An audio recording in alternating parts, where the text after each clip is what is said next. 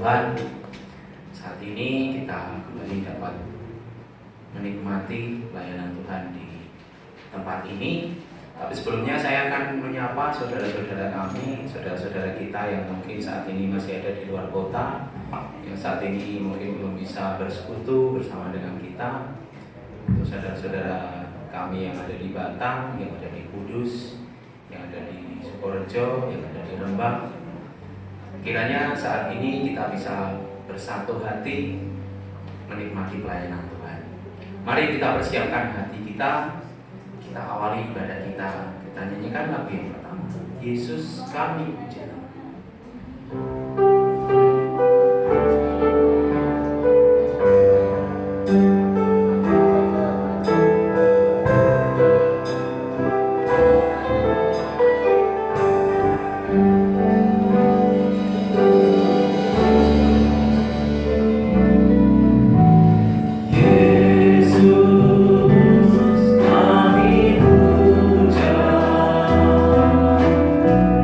Kami sembah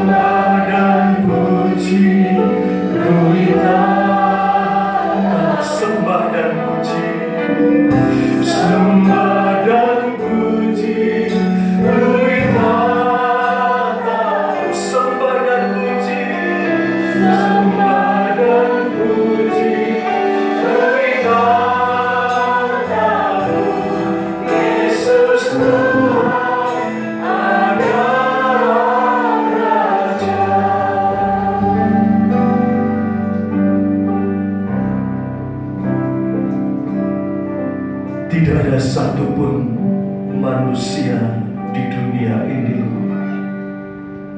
yang tidak menghargai pribadimu yang telah menciptakan dunia ini beserta isinya.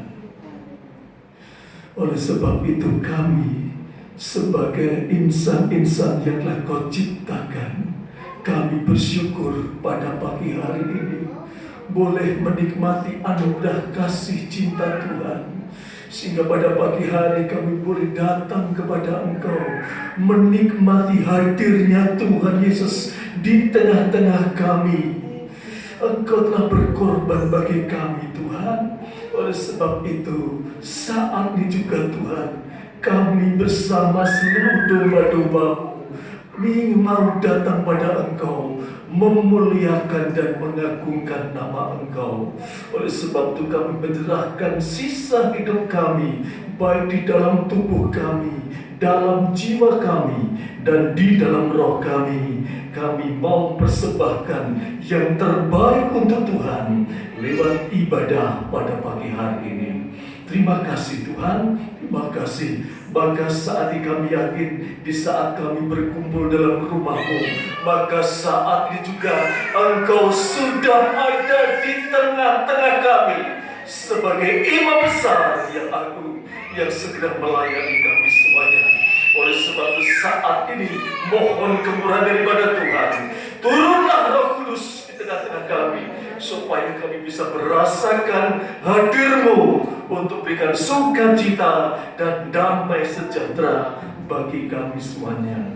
Terima kasih Tuhan, terima kasih. Namun di sisi lain, di saat kami akan memuliakan nama Engkau, tentu kuasa-kuasa kegelapan, roh jahat, kuasa setan itu tidak tinggal diam, tetapi mereka berusaha untuk mengecoh kami, untuk menghancurkan iman kami pada Engkau. Oleh sebab itu saat ini Tuhan, hamba-Mu bersama sidang jemaat-Mu menyeru nama-Mu di dalam nama Tuhan Yesus Kristus. Segala kuasa setan dan teman-temannya semuanya dalam nama Yesus pergi dari tempat ini, dari hati kami, dari pikiran kami. Haleluya. Kuasa darah-Mu sudah menyucikan kami dan ruangan ini. Terima kasih. Maka kami serahkan rangkaian pelayanan ini Kau pakai semua imam-imam yang melayani.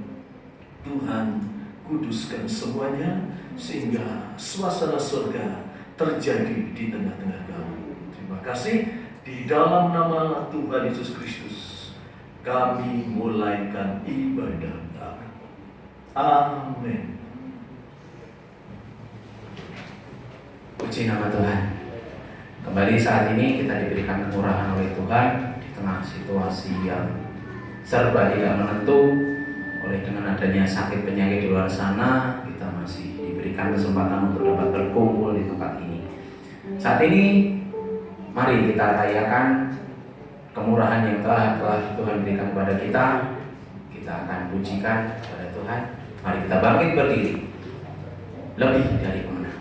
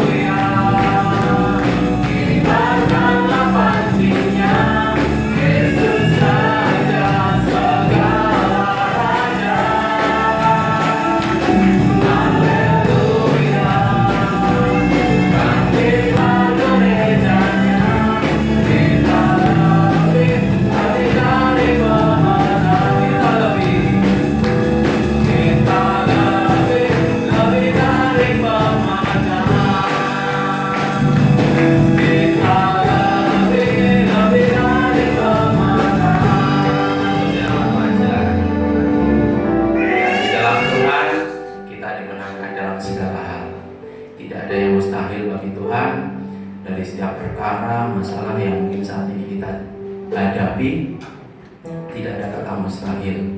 Entah itu mengenai sakit penyakit, entah itu mengenai ekonomi dan segala macam, serahkan semuanya kepada Tuhan, biarlah tangan Tuhan yang bekerja. Amin. Amin. Mungkin ada yang ingin menyaksikan kemurahan Tuhan. Sudah lama tidak ada yang bersaksi. Saya buka ruang kesaksian. Silakan. Mas Yusuf mungkin akan bersaksi selama di Papua.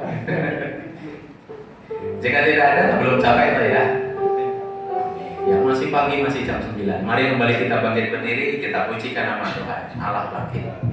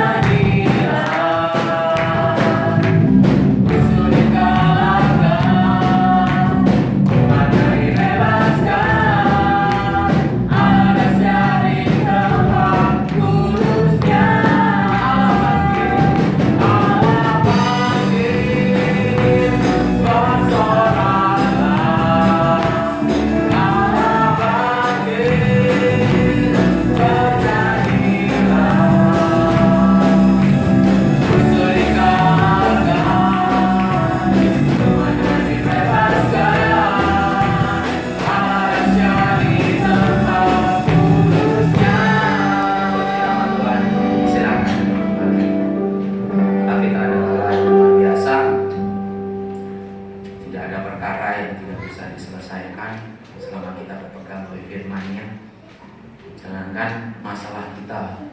Bahkan hal seperti kematian pun, maut pun bisa dikalahkan oleh Tuhan. Percayalah, selama kita dituntun oleh firman Tuhan, kehidupan kita Tuhanlah yang merencanakan. Kembali saya buka ruang kesaksian jika ada yang ingin menyaksikan kemurahan Tuhan selama kondisi corona ini. Mungkin aktivitasnya terganggu, usahanya terganggu, kesehatannya terganggu. Monggo silahkan. Jika tidak ada, saat ini kita persiapkan hati kita akan menerima firman Tuhan. Kita akan pujikan Ku Hidup Bagimu.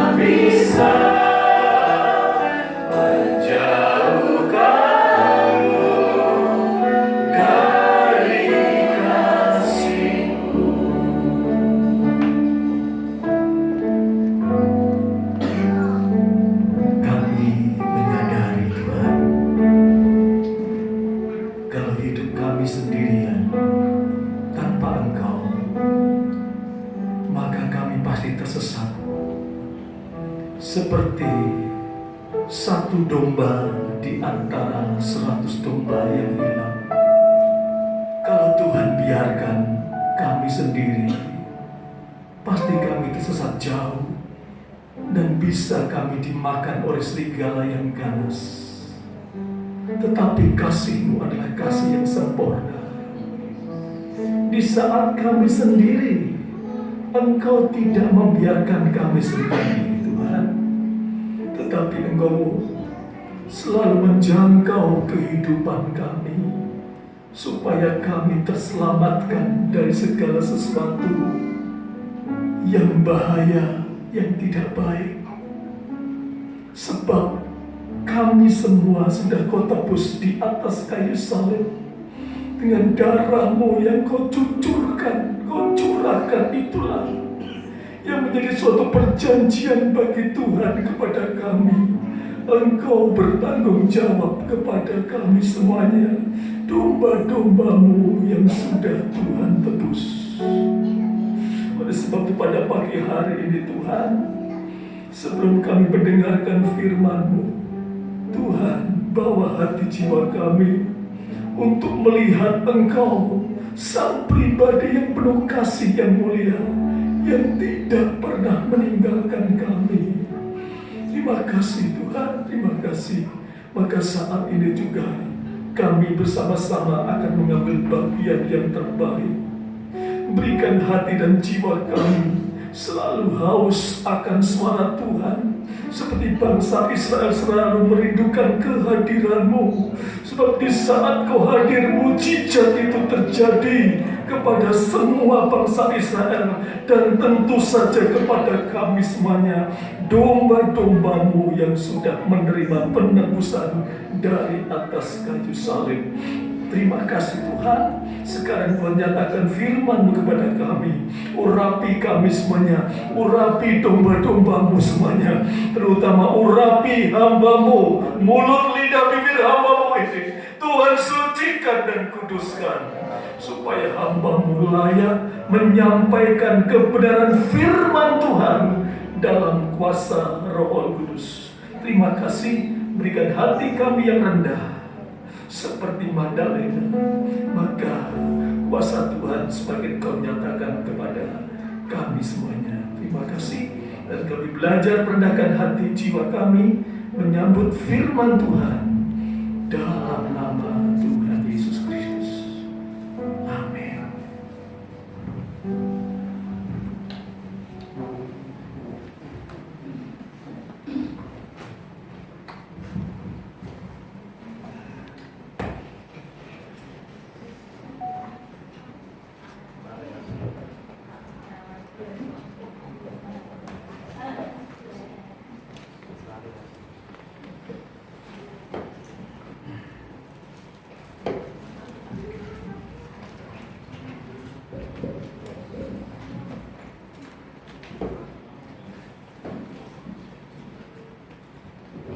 Shalom. Shalom. Selamat pagi, saudaraku, kekasihku yang dicintai oleh Tuhan.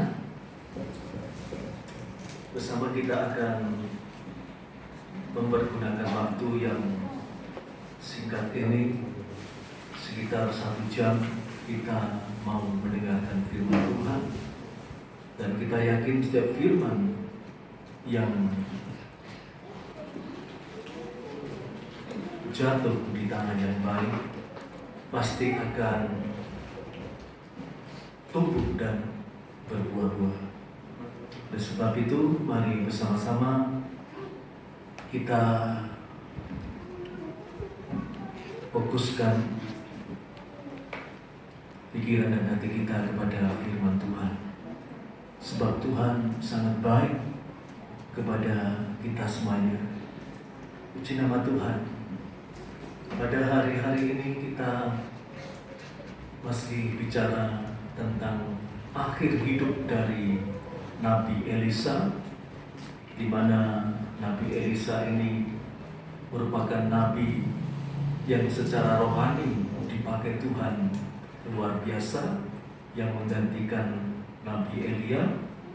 Namun di sisi kepahlawanan, Elia ini seorang pahlawan yang luar biasa bagi bangsa Israel. Dan sampai mati pun, sampai mati, ya tulang Elisa itu masih bekerja dengan luar biasa. Ya, bekerja dengan luar biasa, sehingga pada saat ada seorang yang mati dan dikuburkan di dekat kuburan Nabi Elisa, dan saat ada gerombolan datang, gerombolan yang jahat datang, orang-orang meninggalkan mayat itu dilempar saja ke kuburan Elisa, dan mayat itu mengenai tubuh Elisa yang sudah menjadi tulang, hidup mayat itu, ya. Itu suatu tanda bahwa kuasa Tuhan itu masih menyertai Elisa sampai di dalam kubur. Juga saya sampaikan kepada saudara semuanya bahwa sebenarnya kalau Tuhan mengatakan bahwa kita yang mati itu bagaikan beristirahat dari jerih lelah, ya, maka sebenarnya pada saat istirahat pun kita yang hidup tentu seperti Elisa yang sungguh-sungguh benar-benar mencintai Tuhan, maka Roh Allah itu tetap menyertai tubuh kita yang ada di dalam kubur sampai kebangkitan yang pertama. Itu kalau kita sungguh-sungguh, itu yang disebut orang-orang kudus, walaupun di dalam kubur tetap mendapat pemeliharaan dari Tuhan. Berbeda dengan orang di luar Tuhan atau anak-anak Tuhan yang tidak sungguh-sungguh. Mereka tidak mendapatkan suatu perlindungan, sehingga iblis bisa memakai roh-roh mereka, dipakai, didatangkan dan sebagainya. Seperti pada zaman saat, ya, Raja Manasye saat itu, ya. Oleh sebab berbahagia kalau kita selalu teguh di dalam Tuhan, sampai mati pun Tuhan tetap menyertai kita semuanya. Puji nama Tuhan. Tapi kita lihat seorang yang dikuburkan di dekat Elisa ini, seorang ini tentu adalah seorang yang sangat penting di negeri Israel. Kenapa? Karena dia dikuburkan dekat pahlawan Israel yang luar biasa, Elisa. Tentu orang ini bukan orang sembarangan pada waktu hidup, tapi dalam kenyataannya pada saat sudah mati, ya, kehebatannya, kekuatannya, ketenarannya di dunia itu sudah tidak berlaku lagi. Tidak berlaku lagi. Sehingga pada saat ada gerombolan datang, langsung dilempar saja.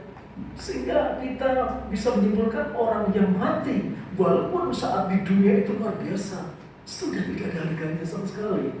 Tidak ada harganya sama sekali. Tapi berbeda kalau kita orang yang sungguh-sungguh di dalam Tuhan, walaupun kita berada di dalam kubur, Tuhan tetap menyertai.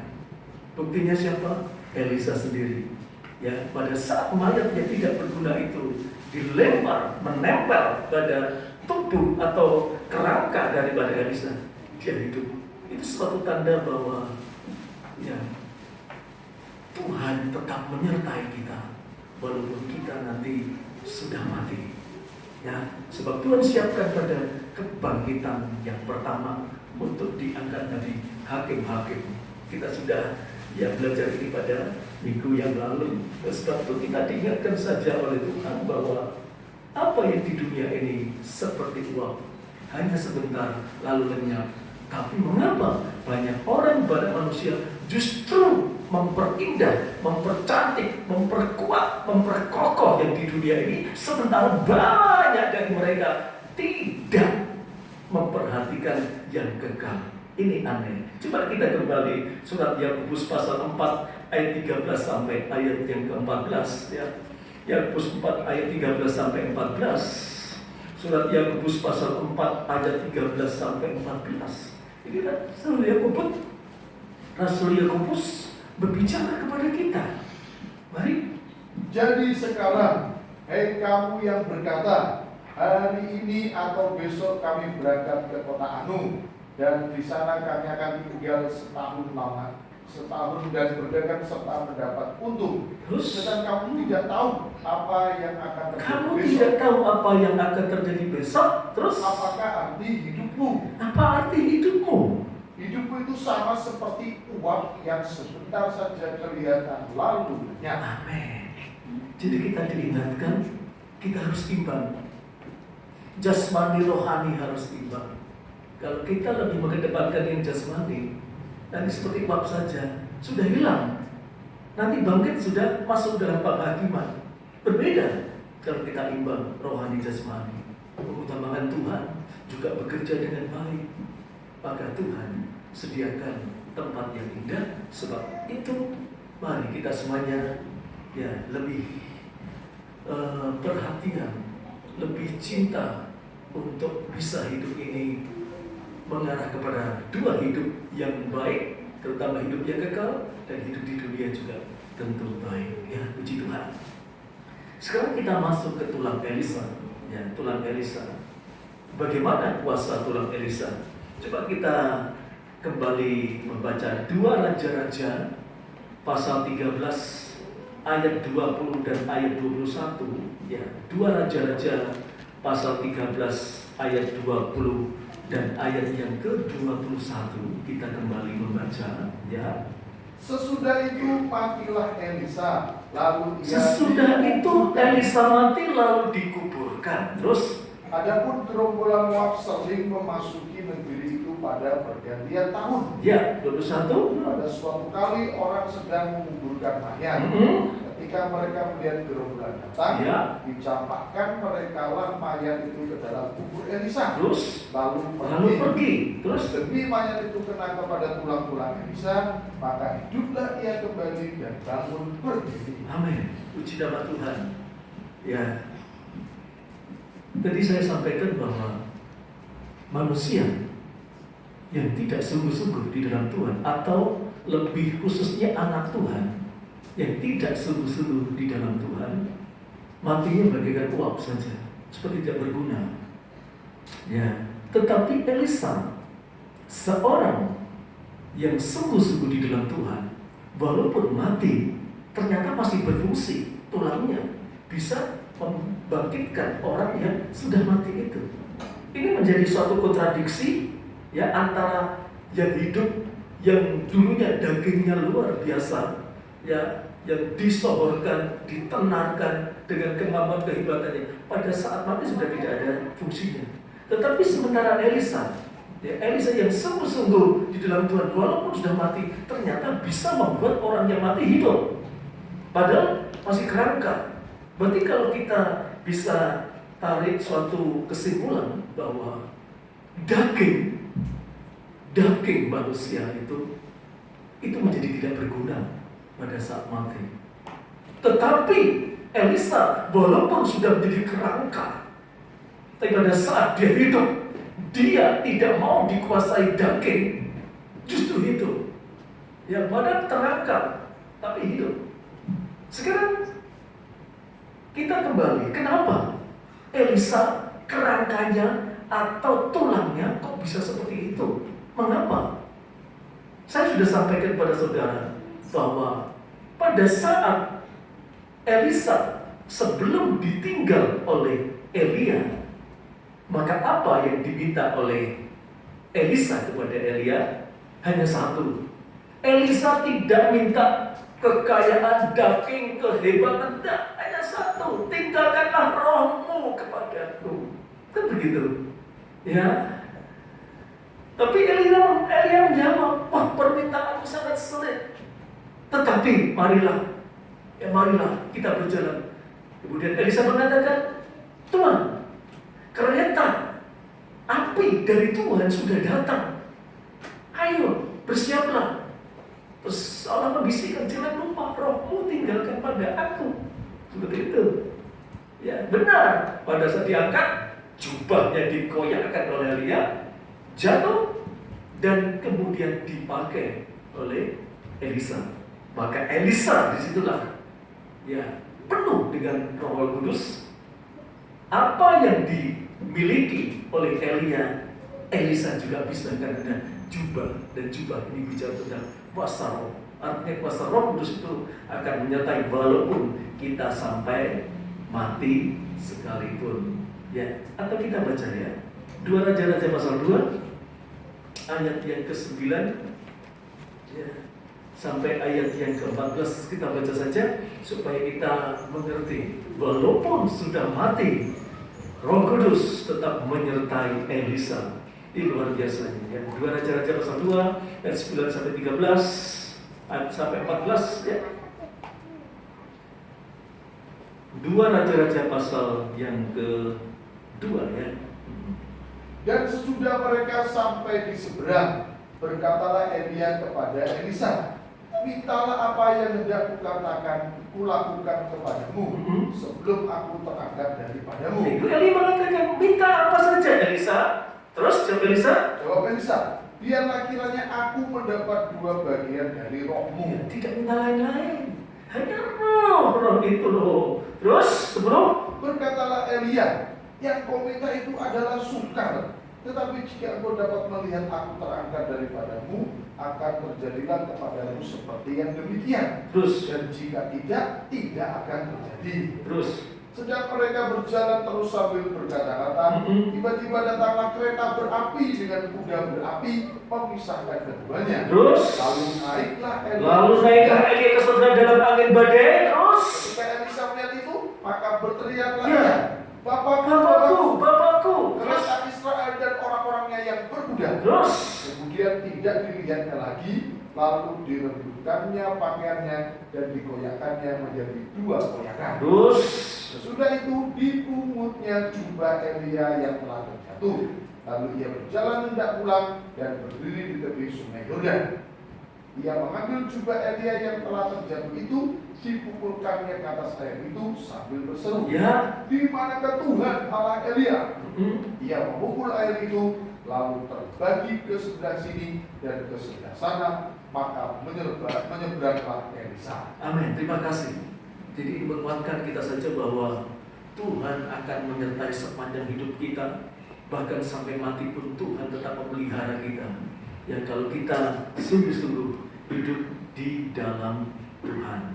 Ya, dari hal itu mengarah pada kebangkitan yang pertama di Wahyu 20. Nanti kita dibangkitkan ya. Dibangkit apa? Untuk menghakimi. Jadi anak-anak Tuhan yang sungguh-sungguh nanti akan bangkit sudah mati itu pada saat Tuhan ya datang, dibangkitkan, dihakim. Hakim untuk apa? Untuk menghakimi. Ya, menghakimi siapa? Menghakimi orang di luar Tuhan dan menghakimi orang anak-anak Tuhan yang tidak sungguh-sungguh. Ya, jadi berbahagialah. Itu pandangan secara umum. Sekarang kita lihat pandangan secara khusus. Ya, pandangan secara khusus. Ya, sebab kemarin sudah saya terangkan. Ya, ada beberapa segi. Kita lihat dari tulang Elisa ini. Yang pertama adalah dari segi waktu, kemudian yang kedua dari segi kuasanya. Dari segi waktu itu dibagi 2, secara umum dan secara khusus. Pada minggu yang lalu sudah saya sampaikan secara umum. Pada pagi hari ini kita akan melihat tulang Elisa dipandang dari segi waktu secara khusus, ya, secara khusus. Ya, puji nama Tuhan.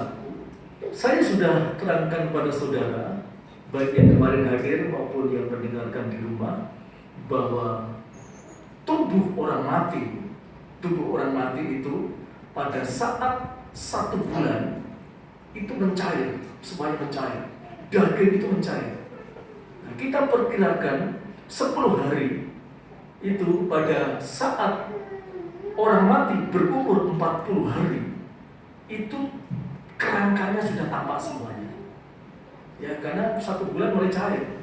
Kita bayangkan kalau tubuh-tubuh mulai cair, kita yakin 10 hari itu sudah lepas semuanya, cair. Ya. Artinya pada 40 hari itu daging itu terlepas. Ya, 40 hari itu daging terlepas dari tubuh manusia yang dikubur. Ya, demikian memberikan suatu pengertian pada kita semuanya bahwa 40 hari juga itu bicara tentang kelepasan daging. Ya, 40 hari dalam arti rohani bicara kelepasan daging, artinya daging itu tidak bersuara lagi. Ya, lalu kita kembali, kenapa Tuhan berpuasa? Ya, setelah ya dia dibaptis oleh Yohanes Pembaptis, dia harus berpuasa 40 hari, 40 malam. Kemudian baru dicobai oleh iblis. Kenapa? Pada saat itu Tuhan Yesus yang akan mulai melayani semua kuasa daging, dia sebagai manusia harus dilepaskan. Sehingga kalau kuasa daging dilepaskan, roh Allah, rohnya akan bekerja dengan luar biasa, walaupun dia masih ada tubuh secara daging. Tetapi tubuh daging yang sudah tidak bisa bersuara, tetapi rohnya yang bekerja. Oleh sebab itu, saudaraku yang dikasihi Tuhan, karena Elisa ini menyangkut pada kitab Perjanjian Lama, ya, maka di sini kita akan bicara Perjanjian Lama. Mana yang membuktikan bahwa 40 hari itu melepaskan kuasa daging? Ya, di sini saya mencatat 2 saja, tidak usah banyak-banyak, 2 saja. Yang pertama adalah waktu zaman Nuh. Waktu zaman Nuh, ya, 40 hari Tuhan menghancurkan kuasa daging. Ya. Kemudian yang kedua adalah zaman Musa. 40 hari, 40 malam Musa melepaskan kuasa daging di atas gunung Sinai. Kemudian juga Musa untuk minta ampun kepada Tuhan, dia harus bersujud 40 hari 40 malam untuk melepaskan kuasa dosa yang masih ada dalam daging Musa. Ya, mari kita akan belajar bersama-sama, ya, karena ini Alkitabiah, maka kita tentu tidak lepas dari Alkitab yang kita bawa masing-masing. Kita akan membaca yang pertama itu 40 hari, ya, Nuh berada di bahtera dan dunia dihakimi. Ya, kita akan membaca kitab Kejadian pasal 6 ayat 5 sampai 8. Ya, Kejadian pasal 6 ayat 5 sampai 8. Kejadian pasal 6 ayat 5 sampai ayat yang ke-8. Ya. Ketika dilihat Tuhan bahwa kejahatan manusia besar di bumi, dan bahwa segala kecenderungan hatinya selalu membuahkan kejahatan semata-mata, Terus, maka menyesalah Tuhan Terus, bahwa ia telah menjadikan manusia di bumi, dan hal itu memilukan hal itu sangat menyedihkan hati Tuhan. Terus 7. Berfirmanlah Tuhan, Ya. aku akan menghapuskan manusia yang telah kuciptakan itu dari muka bumi, baik manusia maupun hewan dan binatang-binatang melata dan burung-burung di udara, sebab aku menyesal bahwa aku telah menjadikan mereka. Tuhan menyesal menciptakan mereka. Terus 8. Nuh mendapat kasih karunia, Tetapi Nuh mendapat kasih karunia di mata Tuhan. Kita lanjutkan. Mengapa? Ya, Tuhan begitu tidak suka kepada manusia saat itu. Ayat 11. Adapun bumi itu telah rusak di hadapan Allah dan penuh dengan kekerasan. Iya, 12. Allah memilih bumi itu dan sungguhlah rusak benar, sebab semua manusia menjalankan hidup yang rusak, hidup yang penuh dosa di bumi ini. 13. Berfirmanlah Allah kepada Nuh, aku telah memutuskan untuk mengakhiri hidup segala makhluk, sebab bumi telah penuh dengan kekerasan. Bumi telah penuh kekerasan dosa oleh mereka. Jadi aku akan memusnahkan mereka bersama-sama dengan bumi. Amin. Berapa hari? Tuhan menurunkan hujan? Berapa hari? 40 hari, 40 malam. Ya, tadinya kan Nuh dihina. Nuh, kamu sudah gila ya? Masa terang gini di atas gunung, kamu membuat bahtera yang begitu besar. Nuh dihina luar biasa. Ya, dihina sampai bertahun-tahun Nuh membuat bahtera, dihina luar biasa. Tapi Nuh hanya diam. Saya mengerjakan firman Tuhan. Padahal saat itu juga Nuh menyampaikan firman Tuhan. Ingat, kamu harus melepaskan dosa. Karena saat itu manusia di bumi yang pertama kali jahat sekali. Ya, mereka kawin sakinahnya tinggal memilih saja. Tidak usah ada aturan-aturan ini, tidak usah penting ketemu perempuan dengan laki-laki langsung bersekutu dan sebagainya. Maka lahirnya orang-orang berdosa dan sebagainya. Tuhan melihat sangat sedih. Aku menyesal menciptakan manusia. Kalau kita lihat di Injil Matius ya, coba Injil Matius apa? Kata yang Injil Matius pasal 24 ayat 37 sampai ayat 39, apa kata dalam Injil Matius tentang dosa yang terjadi pada zaman Nuh ini? Kita lihat Matius pasal 24 ayat 37 sampai ayat yang ke-39 ya. Sebab sebagaimana halnya pada zaman Nuh, Ya, demikian pula halnya kelak pada kedatangan anak manusia. halnya kelak pada kedatangan anak manusia. 38. Sebab sebagaimana mereka pada zaman sebelum air bah itu makan dan minum, Makan, minum, kawin mengawinkan. sampai kepada hari Nuh masuk ke dalam bahtera. Ya, 39. Dan mereka tidak tahu akan sesuatu sebelum air bah itu datang dan melenyapkan mereka semua. Demikian pula lah hanya kelak pada kedatangan anak manusia. Amin, terima kasih. Ini dibuatkan pada akhir zaman. Jadi pada zaman awal itu manusia pikirannya hanya makan, minum, kawin.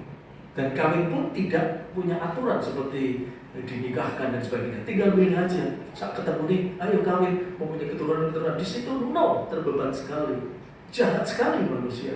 Kalau mereka dinasehati, mereka mengeraskan hati, tidak mau. Sehingga dikatakan orang adalah keras semuanya. Ya, mungkin hatinya sudah menjadi batu. Tidak peduli ada abdi Allah yang namanya Nuh. Suaranya sudah tidak didengarkan lagi. Ya, dan itu juga bisa terjadi pada akhir zaman ini disebutkan. Sekarang ya kita semuanya adalah anak-anak Tuhan. Tapi tanpa sadar yang kita pikirkan hanya makan, minum, nanti kawin, dapat keturunan. Itu saja. Rohani nanti dulu. Yang penting aku bisa makan, minum, terus anakku bisa menikah, punya keluarga dan sebagainya. Itu terus. Padahal itu yang tidak disukai oleh Tuhan. Ya, artinya sudah tidak peduli lagi dengan Tuhan, dengan yang rohani, dan itu terjadi pada akhir zaman ini. Sebab itu kita diingatkan bahwa kalau anak-anak Tuhan ya hidupnya seperti ini, tidak mungkin nanti masuk dalam tanah Kanaan yang baru atau kerajaan surga. Kerajaan surga bukan untuk orang-orang seperti itu. Ya, kerajaan surga itu bagi orang-orang yang mau mencintai Tuhan sungguh-sungguh. Ya, puji Tuhan. Itu daging dihancurkan pada saat 40 hari 40 malam. Ya, hujan turun terus, semua daging yang ada di dunia dimusnahkan oleh Tuhan. Hanya Nuh dan keluarganya dan binatang-binatang yang ada itu selamat.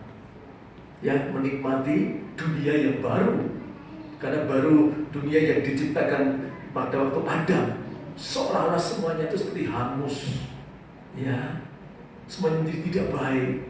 Tapi kemudian pada zaman Nuh, pada saat itu Tuhan berjanji, ya, ada pelangi di atas kan, aku berjanji, ya, dan berjanji akan menyertai Nuh, ya, menjadi hidup yang baru, luar biasa. Jadi bicara tentang kematian daging secara fisik, ya, itu Nuh sudah melihat sendiri bagaimana orang dihukum pada zaman air bah. Puji nama Tuhan ya. Tetapi kita semuanya pada akhir zaman diingatkan.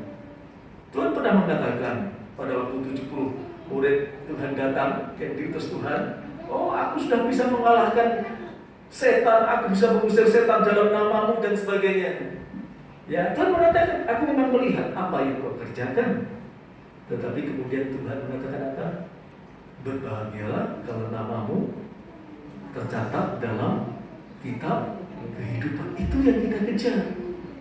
Maka kita membaca kembali Wahyu 20 ayat 15. Ya, kita berbahagia.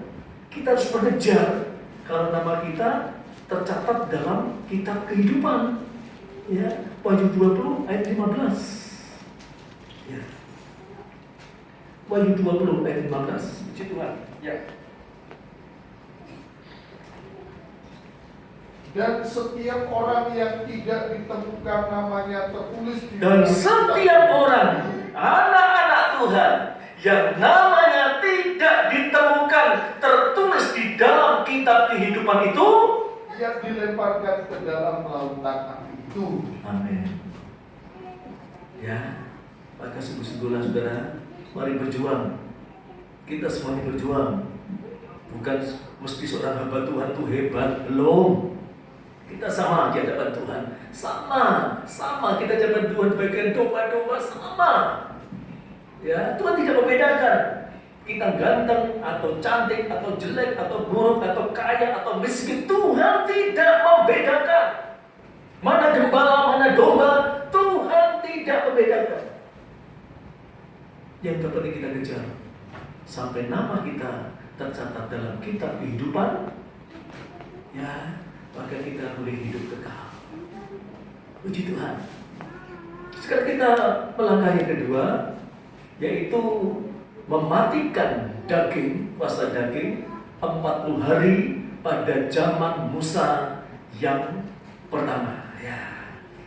Zaman Musa yang pertama, yaitu Musa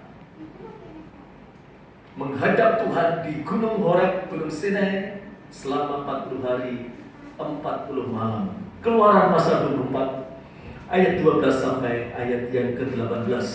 Kitab Keluaran 24 ayat 12 sampai 18. Ya, mari.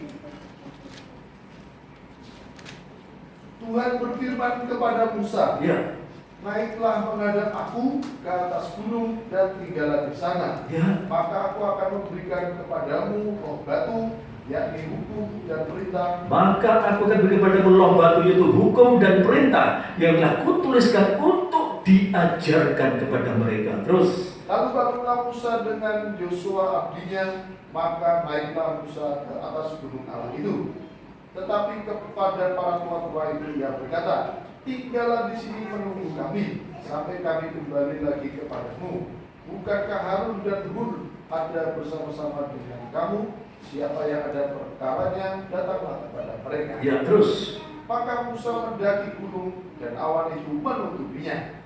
Kemuliaan Tuhan diam di atas gunung Sinai, dan awan itu menutupinya 6 hari lamanya. Pada hari ke-7 dipanggilkanlah Musa dari tengah-tengah awan itu. Tampaknya kemuliaan Tuhan sebagai api yang menghanguskan di puncak gunung itu pada pemandangan orang Israel. 18 yang penting. Masuklah Musa ke tengah-tengah awan itu dengan mendaki gunung itu. Lalu tinggallah ia di atas gunung itu 40 hari dan 40 hari 40 malam. Saudaraku yang dikasih Tuhan, kita sudah tahu cerita ini dengan apa. Tapi saya boleh tanya kepada saudara, apa tujuan Musa 40 hari 40 malam berada di atas gunung Sinai? Tentu saudara menjawab, untuk menerima 2 loh batu. Ya, saya tanya lagi, kenapa Musa harus menerima 2 loh batu? Mengapa? Ini suatu pengajaran supaya kita mengerti. Kenapa? Karena bangsa Israel selama 400 tahun dan setelah dikeluarkan Musa dari Mesir, mereka tidak mengenal Tuhan. Walaupun mujizat-mujizat terjadi pada saat mereka perjalanan di padang gurun, semuanya itu bagi bangsa Israel itu bukan sesuatu hal yang luar biasa. Yang luar biasa bagi mereka adalah hidup mereka bisa makan, minum, kecukupan, punya keturunan dan sebagainya. Hanya itu saja. Sehingga pada saat dihadapkan pada laut merah atau laut Teberau, di mana bangsa Mesir atau prajurit Mesir mengejar mereka, apa yang mereka katakan? Lebih baik kami mati di Mesir. Kami bisa makan, bisa minum. Pada saat sudah menyeberang, di saat mereka dihadapkan pada tidak ada air, marahnya airnya pahit, apa yang dikatakan? Lebih baik kami di Mesir. Padahal apa? Padahal mereka sudah menyeberang dari Laut Teberau, di mana mereka tahu bahwa saat itu orang-orang Mesir atau prajurit Mesir tenggelam semuanya di laut. Mereka tahu mestinya mereka tidak berharap lagi pada Mesir, tetapi dalam kenyataannya hatinya tetap melihat ke Mesir. Disinilah Tuhan bersedih hati. Dia harus memanggil Musa untuk mengubah image bangsa Israel ini. Ya, maka Musa harus doa puasa selama 40 hari 40 malam di atas Gunung Sinai untuk mengalahkan kuasa daging yang sudah menguasai bangsa Israel seluruhnya. Ya. Sudah begini dikasih Tuhan. Secara spesifik, Tuhan ingin supaya pikiran yang mengarah ke belakang itu dihapuskan dari bangsa Israel, sehingga pandangannya ke depan, ke tanah Kanaan yang dijanjikan. Tetapi dalam kenyataannya sangat sulit sekali. Ya, itu keadaan bangsa Israel saat itu. Tuhan mau menciptakan suasana baru, menjadikan hidup mereka baru dengan pandangan tanah Kanaan yang penuh dengan susu dan madu. Tapi pikirannya tetap ke arah ke belakang. Sehingga Tuhan harus mengambil langkah. Musa harus naik ke Gunung Horeb selama 40 hari 40 malam untuk mengalahkan kuasa pikiran bangsa Israel yang selalu menoleh ke belakang. Kelihatannya sepele saudara. Coba saudara lihat Musa. Kalau bangsa Israel ngomong enak di Mesir, bagaimana perasaan Musa saat itu? Musa, ya, dengan pimpinan Tuhan selalu bersabar. Ya, bersabar. Dengan saudara dan saya. Perjalanan kita ke tanah Kanaan yang baru, kerajaan surga, itu harus selalu dituju. Dan untuk itu setiap anak Tuhan tidak boleh melihat ke belakang. Apa yang di belakang? Dosa-dosa yang di belakang, perbuatan tidak baik yang di belakang itu seharusnya harus dihilangkan. Ya, tetapi saya bertanya kepada saudara, sulit tidak untuk meninggalkan, untuk menghapus apa yang di belakang kita? Sulit? Sangat sulit. Kelihatannya ya, tapi sangat sulit. Ya, kalau yang di belakang yang baik diingat-ingat tidak apa-apa. Tapi kalau yang berbau-bau dosa itu yang mau Tuhan lepaskan. Ya, di belakang dagingnya enak, itu yang Tuhan mau hapuskan. Tuhan mau apa? Ya, supaya dua loh batu itu mulai menjadi tuntunan bagi bangsa Israel. Dan kita tahu dua loh batu untuk bicara kasih kepada Allah dan kasih kepada sesama. Artinya untuk bisa terlepas dari yang ada di belakang, Tuhan mengirim kasih itu kepada kita. Dan kasih itu sekarang dinyatakan melalui korban Kristus di atas kayu salib. Supaya setiap orang yang selalu melihat korban Kristus selalu memandang ke depan, bukan melihat ke belakang lagi. Sebab dengan Tuhan Yesus di atas kayu salib, Tuhan mau kita menjadi ciptaan-ciptaan yang baru. Coba kita baca Rasul Paulus bicara dalam 2 Korintus pasal 5 ayat 15 sampai ayat yang ke-17. 2 Korintus pasal 5 ayat 15 sampai ayat yang ke-17. 2 Korintus pasal 5 ayat 15 sampai ayat 17. Di situ dinyatakan, dan Kristus telah mati untuk semua orang. Kristus telah mati untuk semua orang, termasuk kita semuanya, supaya mereka yang hidup tidak lagi hidup untuk dirinya sendiri terus, tetapi untuk Tuhan yang telah mati dan telah dibangkitkan untuk mereka. Ya, 16. Sebab itu kami tidak lagi menilai seorang juga. Sebab itu kami tidak mau menilai seorang pun, menghakimi siapapun menurut ukuran manusia kami, kata Rasul Paulus. Terus, jika kami pernah menilai Kristus menurut ukuran manusia, sekarang kami tidak lagi. Kami tidak akan seperti itu lagi, kami akan berubah. Terus 17. Jadi siapa yang ada di dalam Kristus, dia adalah ciptaan baru. Dia adalah ciptaan baru. Yang lama sudah berlalu. Sesungguhnya yang baru sudah datang. Amin. Tuhan senang kalau kita menjadi ciptaan baru. Tidak ingat-ingat masa lama terus, masa lalu terus. Ya, tidak ingat Mesir terus. Mesir, kehidupan lama kita. Sekarang kita sudah ditebus oleh Yesus. Kita sudah dinasihati firman Allah. Kita sudah banyak dikasih Allah. Jangan lihat ke belakang lagi. Saya tadi tanya pada saudara, sulit enggak? Sulit. Sulit sekali. Ya.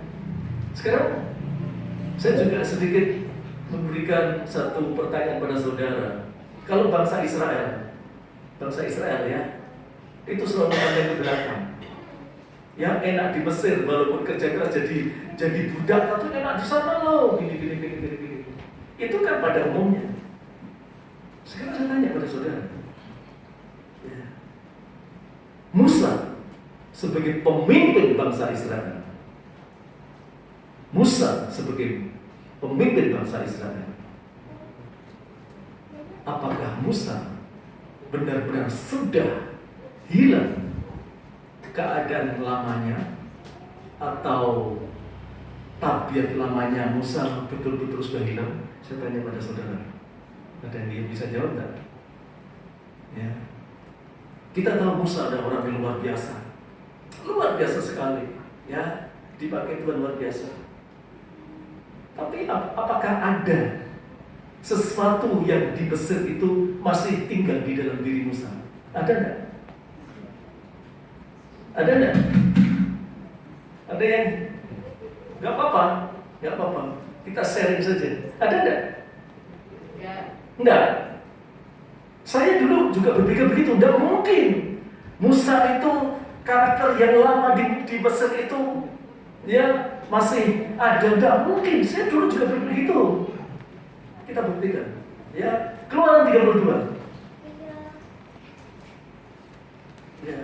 Keluaran 32 ayat 17 sampai ayat yang ke-20. Kita buktikan apakah karakter atau sifat kelakuan Musa yang pada waktu menjadi kepala prajurit di kerajaan Mesir, apakah masih ada di dalam tubuh Musa? Kita lihat Keluaran 32 ayat 17 sampai 20 saja. Ya. Keluaran 32 ayat 17 sampai 20. Ketika Yosua mendengar suara bangsa itu bersorak, berkatalah ia kepada Musa, Ya. ada bunyi sorak peperangan kedengaran di perkemahan. Ya, terus Tetapi jawab Musa, bukan bunyi nyanyian kemenangan, bukan bunyi nyanyian kekalahan, ya. bunyi orang menyanyi berbalas-balasan, itulah yang didengar. Terus Dan ketika ia dekat ke perkemahan itu dan melihat anak lembu dan melihat orang menari-nari, Ya. maka bangkitlah amarah Musa. Dilemparkannya lah kedua lompok itu dari tangannya, Terus? dan dipecahkannya pada kaki itu. Terus? Sesudah itu diambilnya lah anak lembu yang dibuat mereka, Terus? itu dibakarnya dengan api, Terus? dan digilingnya sampai halus, Hmm? dan ditaburkannya ke atas air, Terus? dan disuruhnya diminum oleh orang Israel. Ya, teruskan. Lalu berkata Musa kepada Harun, Hmm? apakah yang dilakukan bangsa ini kepadamu, sehingga engkau mendatangkan dosa yang sebesar itu kepada mereka? Terus? Tetapi jawab Harun, janganlah bangkit amarah Tuanku. Engkau sendiri tahu bahwa bangsa ini jahat semata-mata. Ya, terima kasih. Ada yang bisa saudara tangkap tentang Musa? Ya? Oh, marahnya gimana? Marahnya gimana ini Musa? Marahnya meledak-ledak. Pada waktu dia jadi kepala prajurit di Mesir, karena dia berkuasa, dia tentu suka marah pada bawahannya. Iya kan? Hilang enggak? Sifatnya hilang enggak? Ternyata pada saat dia sudah dipercaya oleh Tuhan, memegang dua lobotu, itulah kasih yang mulia dari Tuhan. Pada saat dia marah, dia akan dibanting saja. Tidak peduli sama firman Allah. Apa itu kasih Allah?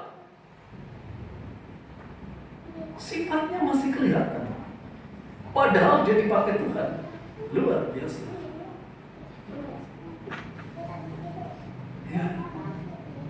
Ini membuktikan bahwa sehebat-hebatnya kita sebagai anak Tuhan, ya, tapi pada saat dihadapkan pada sesuatu yang tidak baik, kita bisa marah meledak-ledak. Pada saat kita marah, apapun dihancurkan, dibuat, tidak peduli. Firman Tuhan, dua lompatan firman Tuhan, 40 hari 40 malam Musa mencari ini, dibanting. Bayangkan, bagaimana Tuhan? Ini sudah kupakai luar biasa, tetap tidak bisa menghargai aku. Apalagi bangsa Israel. Ya,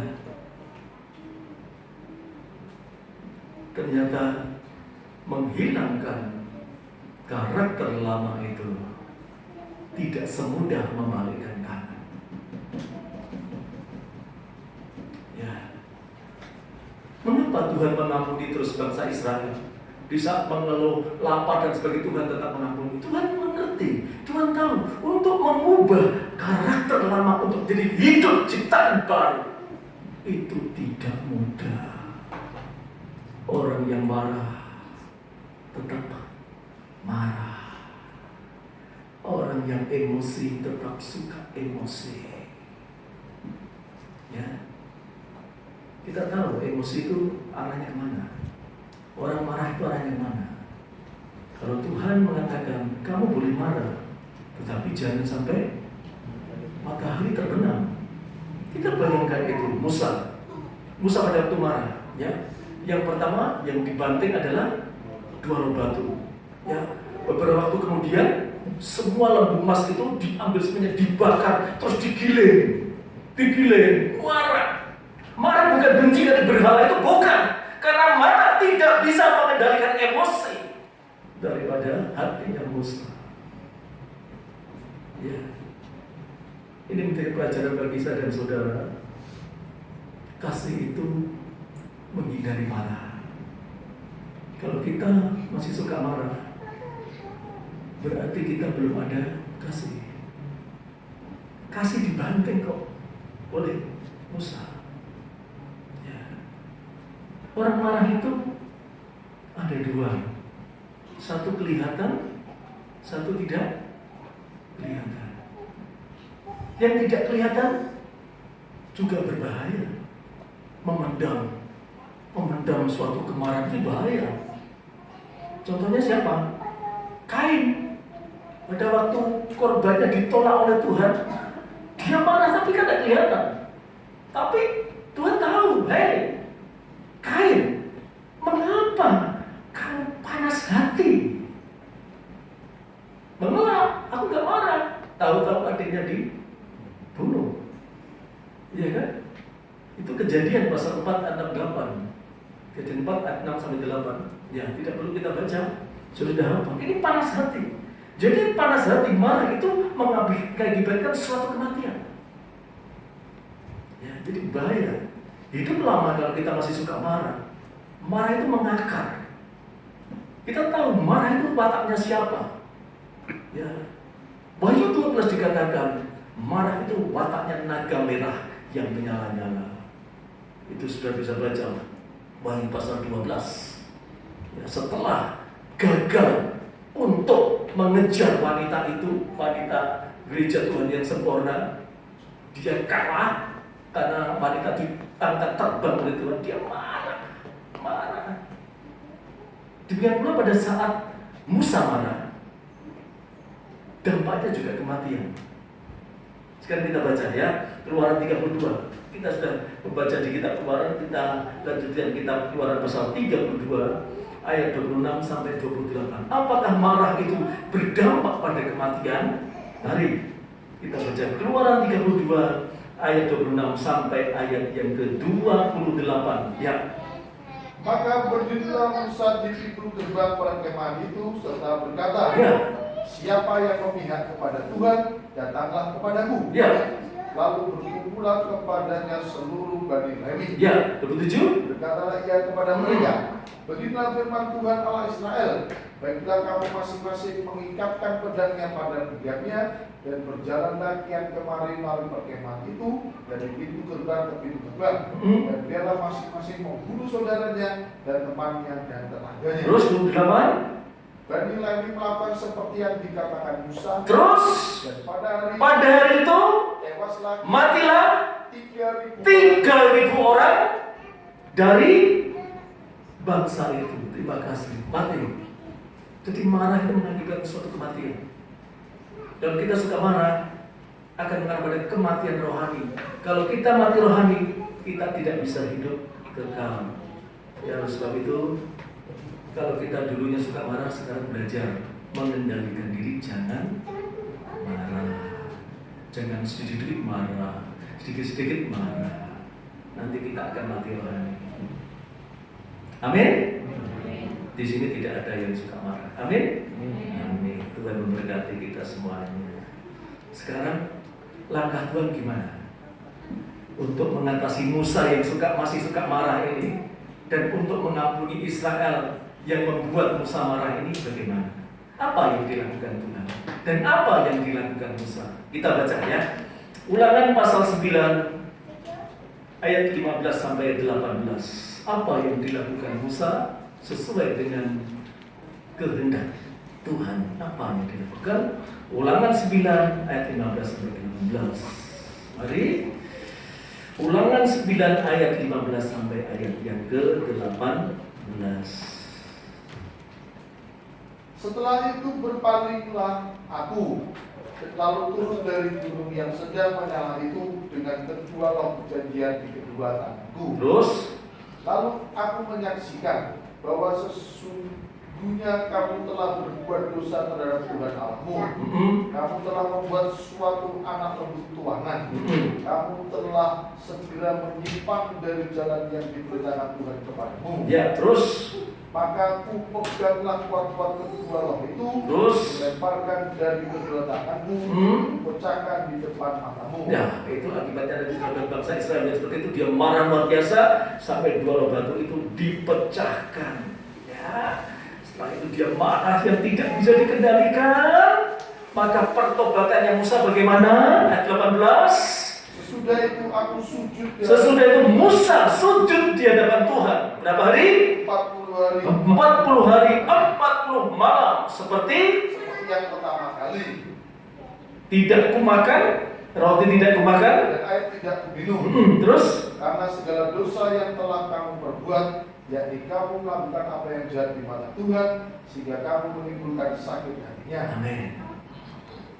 Untuk melepaskan kemarahan yang tidak bisa terkendali, yang merupakan warisan dari Mesir, yang masih menempel pada diri Musa, ya, maka Musa untuk melepaskan semuanya itu, dia datang di bawah kaki Tuhan, sujud menyembah Tuhan 40 hari 40 malam untuk melepaskan dosa kemarahan itu. Ya. Artinya apa saudaraku? Untuk melepaskan sifat marah, tabiat marah itu tidak mudah. Tapi mau datang pada Tuhan, merendahkan diri, suka menyembah Tuhan. Ya, suka menyembah Tuhan. Di situ watak tabiat marah itu akan ditutup oleh Tuhan dengan lapisan emas. Ya kan? Kalau kita bicara dalam pengajaran tabernakel, ya tabernakel, Tuhan rindu kita semuanya menjadi penyembah-penyembah Tuhan yang baik.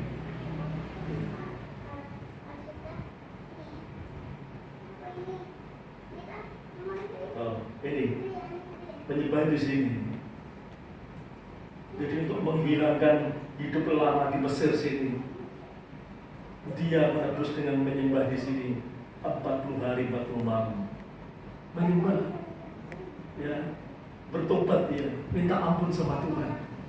Telah memecahkan firman Tuhan, sama dengan melecehkan, menghina firman Tuhan, menghina kasih Tuhan.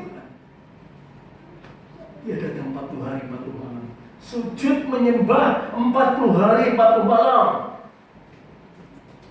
Kita menyembah setengah jam aja sudah apa saudara? Nah, kakinya sudah semutan kan? Ya. Musa 40 hari 40 malam, bayangkan, untuk menghilangkan marah itu, supaya dia diterima kembali oleh Tuhan, menjadi nabi yang besar.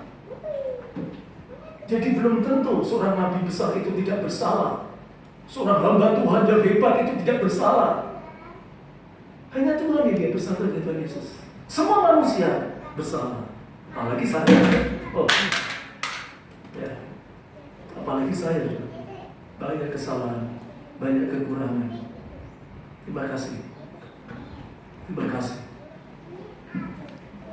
Oleh sebab itu saudaraku yang dikasihi Tuhan, setelah Musa minta ampun pada Tuhan, menyembah Tuhan selama 40 hari 40 malam, melepaskan kuasa dagingnya yang selama ini masih menguasai walaupun sudah dipakai Tuhan, maka Tuhan memberikan 2 janji dan 2 nyatakan kepada Musa yang luar biasa. 2 hal ini luar biasa, ya.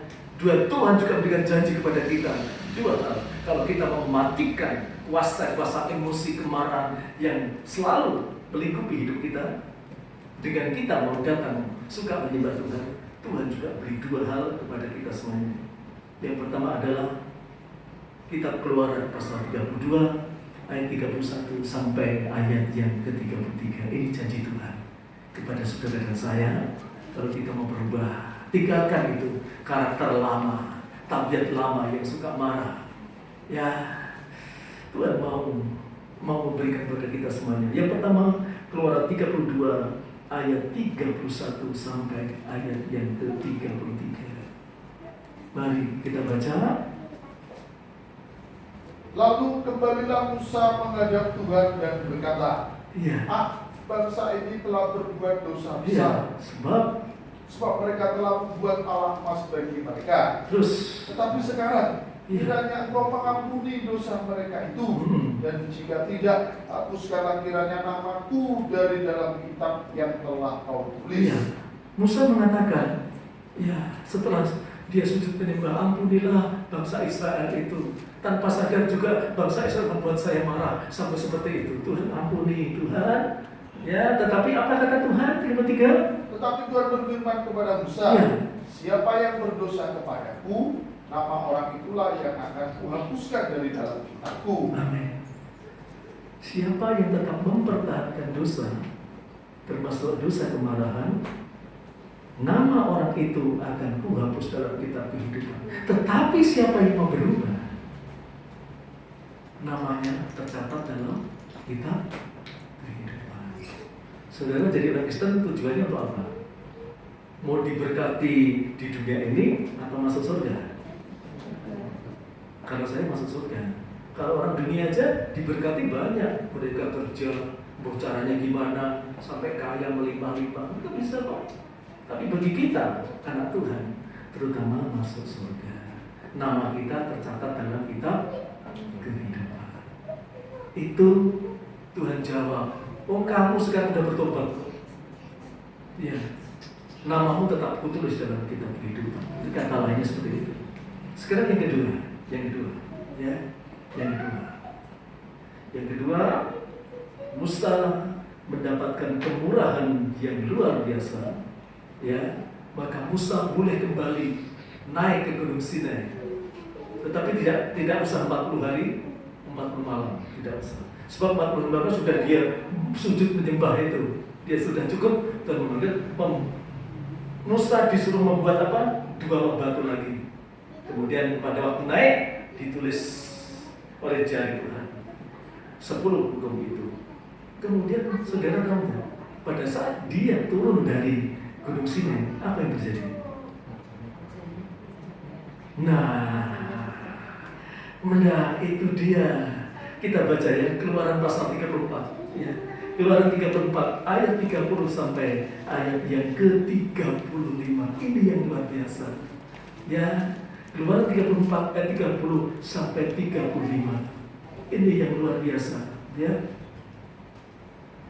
Ketika Harun dan segala orang Israel melihat Musa, Ya. tampak kulit mukanya bercahaya, Ya. maka takutlah mereka mendekati dia. Mukanya bercahaya.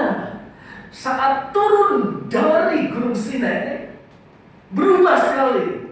Kalau dulu kita kemarahan, wajahnya merah, hitam, panas sekali, wajah iblis, bisa dikatakan gitu. Tapi begitu dia sudah bertobat dan sungguh-sungguh, wajah Musa berbeda. Ketika Harun dan segala orang melihat Musa, maka tampak muka Musa bercahaya. Mukanya bercahaya. Justru mereka pada takut mendekat pada Musa. Terus yang satu, Tetapi Musa memanggil mereka. terus, Maka Harun dan segala pemimpin jemaat itu berbalik kepadanya. Terus? Dan Musa berbicara kepada mereka. ya 32. Sesudah itu mendekatlah segala orang Israel. Lalu disampaikannya kepada mereka segala perintah yang diucapkan Tuhan kepadanya di atas Gunung Sinai. Ya 33. Setelah Musa selesai berbicara dengan mereka, diselubunginya lah mukanya. Ya 34. Tetapi apabila Musa masuk menghadap Tuhan untuk berbicara dengan dia, ditandaikannya selubung itu sampai ia keluar. Terus? Dan apabila ia keluar, dikatakannya lah kepada orang Israel apa yang diperintahkan. 35. Apabila orang Israel melihat muka Musa, bahwa kulit muka Musa bercahaya, maka Musa melubungi mukanya kembali sampai ia masuk menghadap untuk berbicara kepada Tuhan. Amin. Puji Tuhan. Muka Musa bercahaya. Sudah tidak tampak kemarahan lagi. Merah pada mukanya sudah tidak ada lagi. Kehidupan lamanya sudah hilang. Diganti dengan muka yang bercahaya. Wajahnya bercahaya. Di hadapan Tuhan, mukanya bercahaya. Ini bicara dipenuhkan dengan Roh Kudus. Damai sejahtera. Hidupnya damai. Walaupun banyak orang takut, tetapi Musa mengatakan, kesinilah, jangan takut. Justru saat mereka melihat orang Israel mulai disertai oleh Tuhan, diberkati oleh Tuhan. Artinya apa? Bahwa Tuhan itu sangat baik. Setelah kita mau bertobat dengan sungguh-sungguh, kita mau datang kepada Tuhan sungguh-sungguh, 2 hal yang dinyatakan pada kita semuanya, yaitu kita ada damai sejahtera di dalam Tuhan. Kita makin cinta sama Tuhan. Dan di hadapan manusia juga, muka itu bercahaya. Artinya selalu menjadi berkat bagi siapapun. Kalau kita menjadi berkat bagi siapapun, tentu kita dikatakan orang yang kaya. Karena bisa memberi berkat, bisa membagi berkat. Kita, Tuhan mengatakan, kamu orang kaya. Kalau kita dikatakan Tuhan kaya, berarti hidup kita secara jasmani pun akan dipelihara Tuhan. Ini luar biasa, ya. Oleh sebab itu, saudaraku yang dikasih Tuhan, ya, pesan firman Tuhan pada pagi hari ini ada 3 hal. Yang pertama, yaitu 40 hari yang pertama. Apakah kita akan tetap mempertahankan dosa?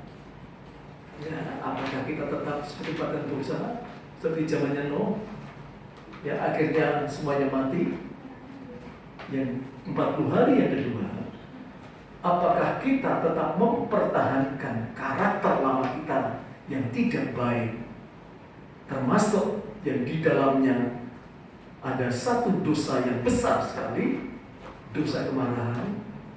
Apakah kita pertahankan? Tetapi kalau kita mau lepaskan semuanya itu, 40 hari yang ketiga, Tuhan merindukan kita semuanya menjadi kehidupan yang damai sejahtera dalam kuasa Roh Kudus, dan hidup kita mendapatkan pemeliharaan dari Tuhan sampai kita bisa berbuat kasih kepada sesama. Luar biasa. Semuanya itu diberikan pada kita. Dimulai dari kita memandang Yesus di atas kayu salib. Tuhan rela miskin supaya kita menjadi kaya. Tuhan mau sengsara supaya kita mengalami kemuliaan. Ya, sebab itu mari kita renungkan bersama firman Allah pada pagi hari ini. Biarlah salib Tuhan mengubahkan kita semuanya. Sebab kasih-Nya telah dibuktikan di atas kayu salib. Tuhan memberkati kita semuanya. Ketika pemain musik datang ke depan, kasih-Nya telah dibuktikan oleh penumpang darah. Psalm nomor 6. Psalm nomor 6. Psalm nomor 6. Kasih-Nya telah dibuktikan. Psalm nomor 6. Haleluya. Psalm nomor 6. Bersama kita bangkit berdiri. Kasih-Nya telah dibuktikan. Haleluya.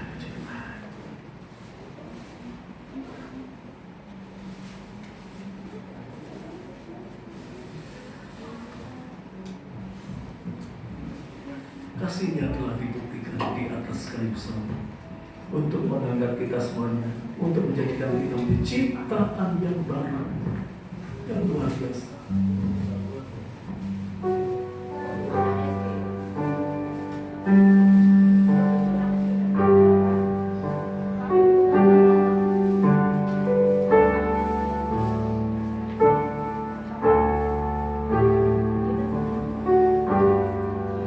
Kasih-Nya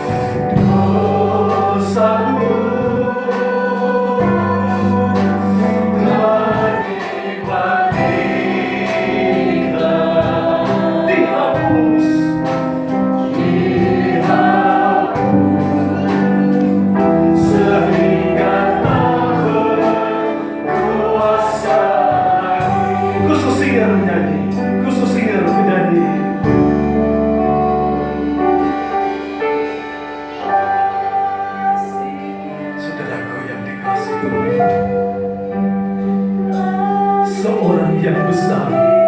Musa dalam kenyataannya watak tabiat yang tidak baik yang dari Mesir ternyata masih terbawa sampai ke atas gunung Sinai, di mana dia dengan dua pembantu. Tetapi oleh karena hatinya masih dikuasai oleh sifat tabiat dari Mesir, yaitu kemarahan, marah yang meledak-ledak, sehingga firman Allah itu dibanting, firman Allah tidak dihargai, kasih Tuhan dilempar. Bagaimana dengan kita, saudaraku?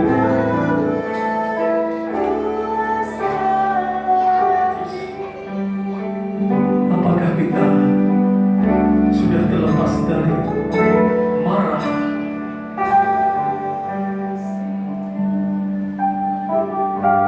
Apakah kita sudah terlepas marah?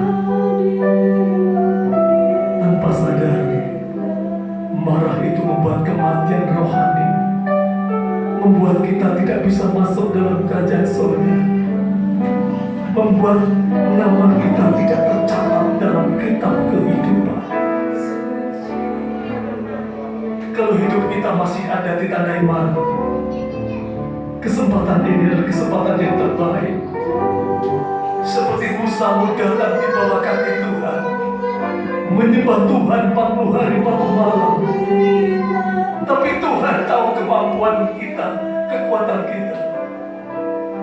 Kita mau datang di bawah kaki Tuhan, kita mau mengaku, kita mau bertobat. Tuhan sudah suka kepada kita semuanya. Siapa yang masih marah, kita akan menyanyi ini dengan lebih dalam. Siapa yang marah, siapa yang masih suka marah, kita tetap angkat tangan.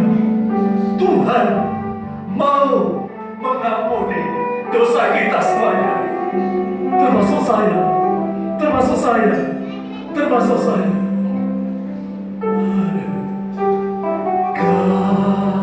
Kasih-Nya telah dibukti. Walaupun dia disiksa di atas kayu salib, Yesus tidak marah. Dia sama sekali tidak marah. Tetapi dia mendoakan siapa yang menyalib itu. Itulah kasih-Nya yang sempurna. Oh, haleluya. Dosaku telah disucikan.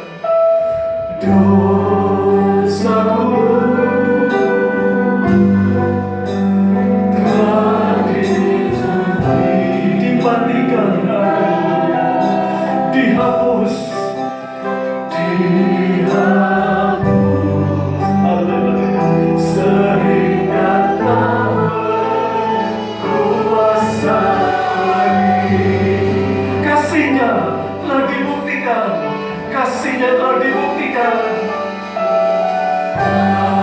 Kasih-Nya, mohon memberi untuk berdoa. Telah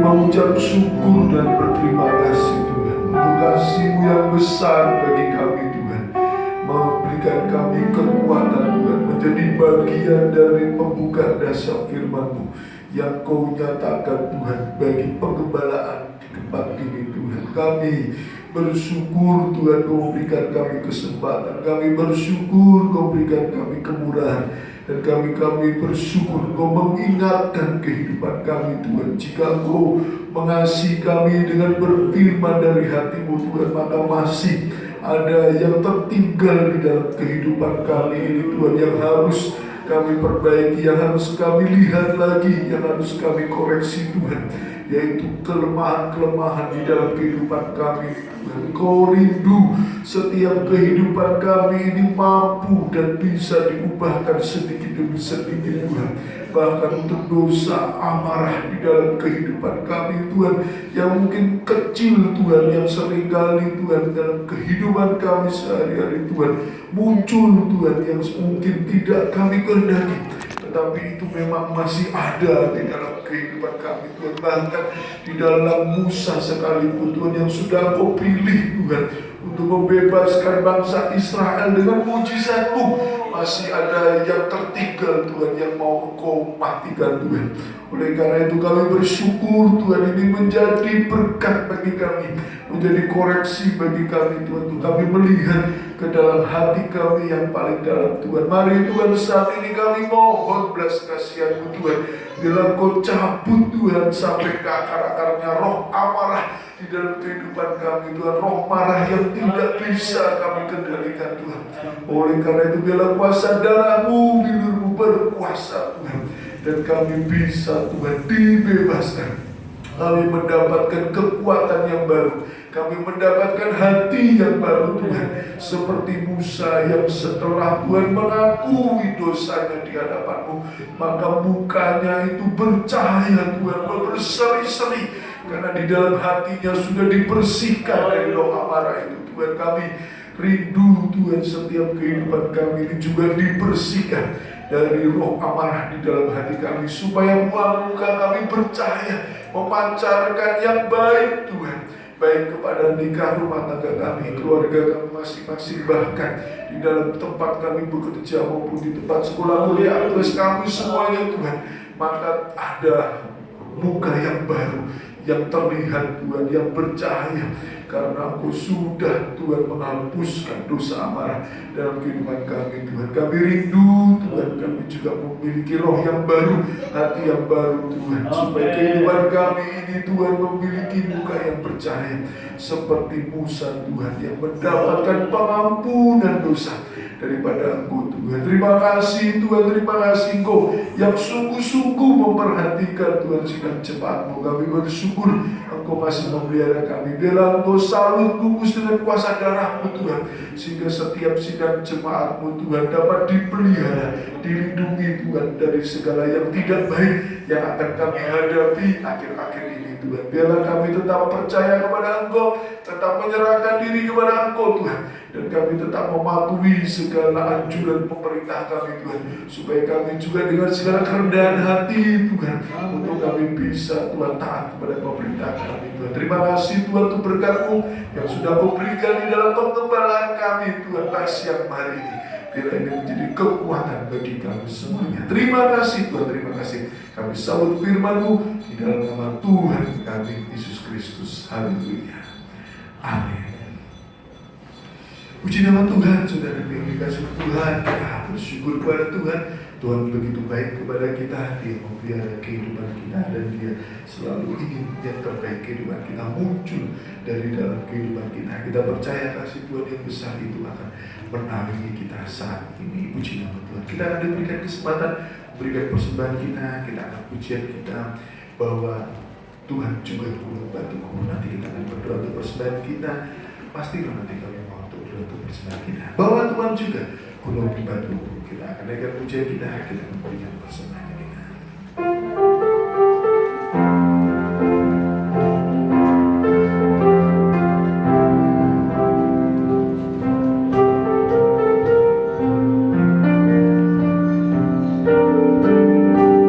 Amin. Bahwa Tuhan juga, bahwa Tuhan juga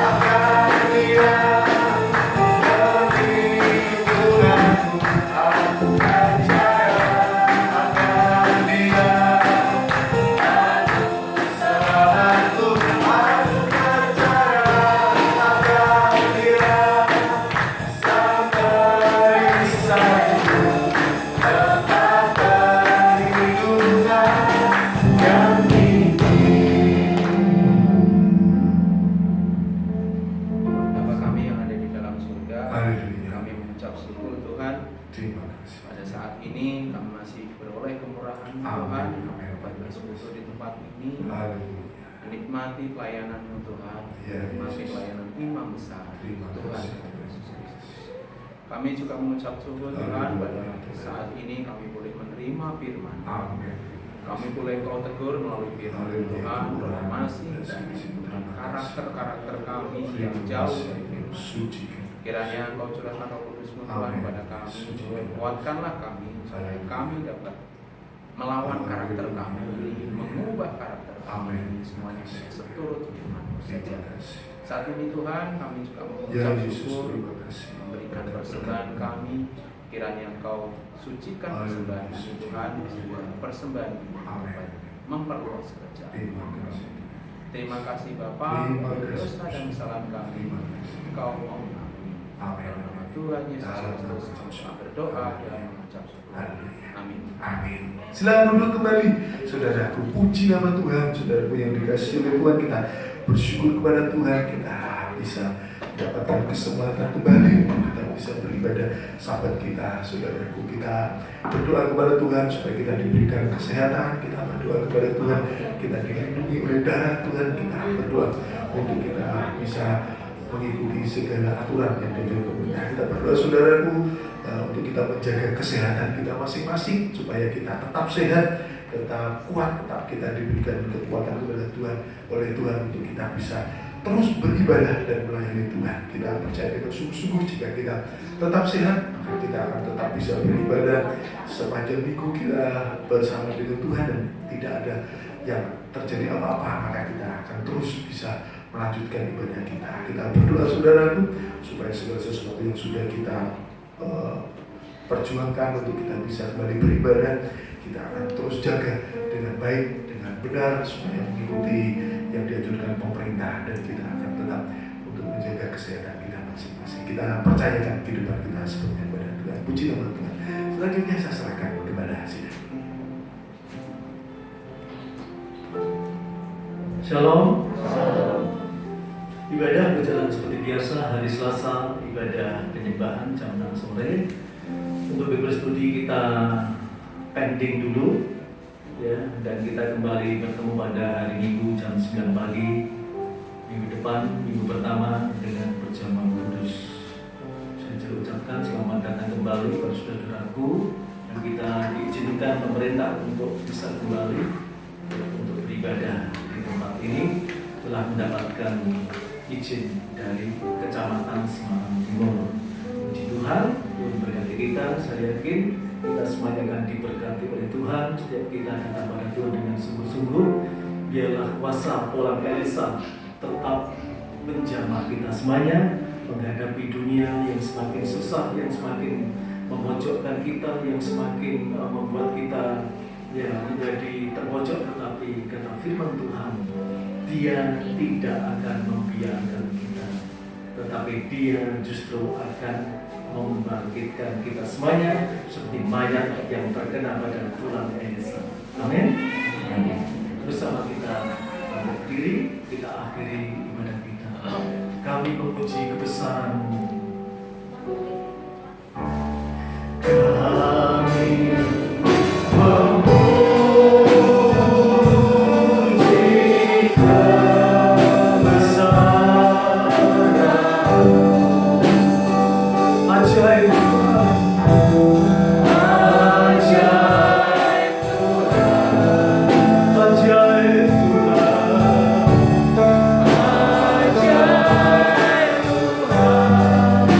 kami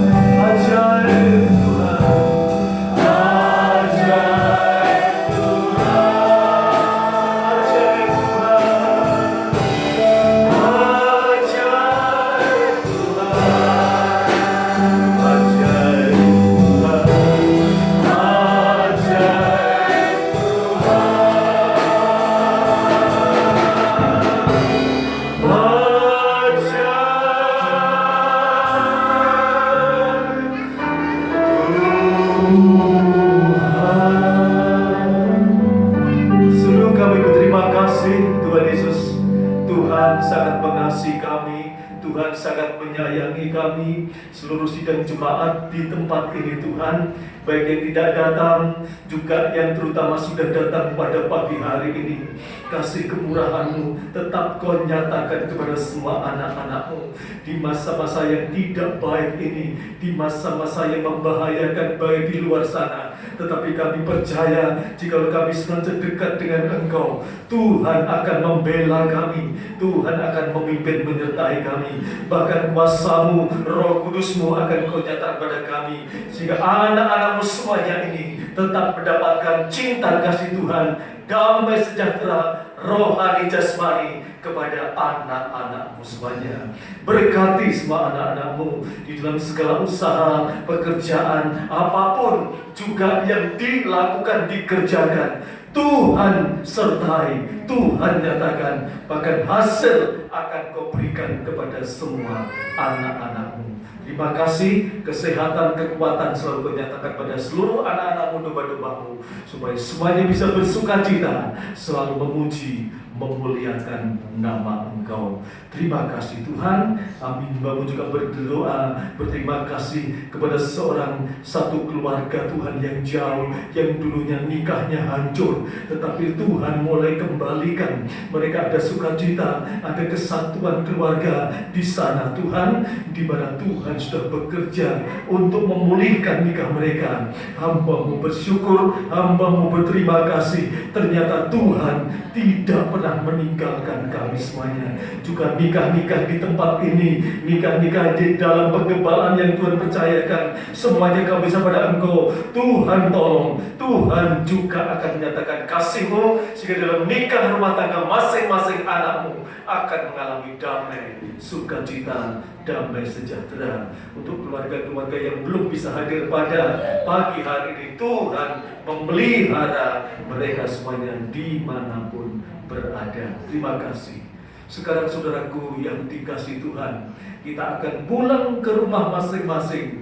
Biarlah kasih kemurahan dari Bapa yang di surga senantiasa melingkupi, menyertai kita semuanya, dan sinar kasih damai sejahtera dari Tuhan Yesus yang sekarang bertahta dalam kemuliaan juga dinyatakan kepada kita semuanya, dan persekutuan Roh Kudus dialirkan, dicurahkan kepada kita semuanya mulai saat ini sampai Maranatha, Tuhan Yesus datang kedua kali sebagai mempelai pria surgawi. Dan sekarang terimalah kasih dari surga, dari Bapa, dari Putra dan Roh Kudus. Kita terima di dalam satu nama, dalam nama Tuhan Yesus Kristus.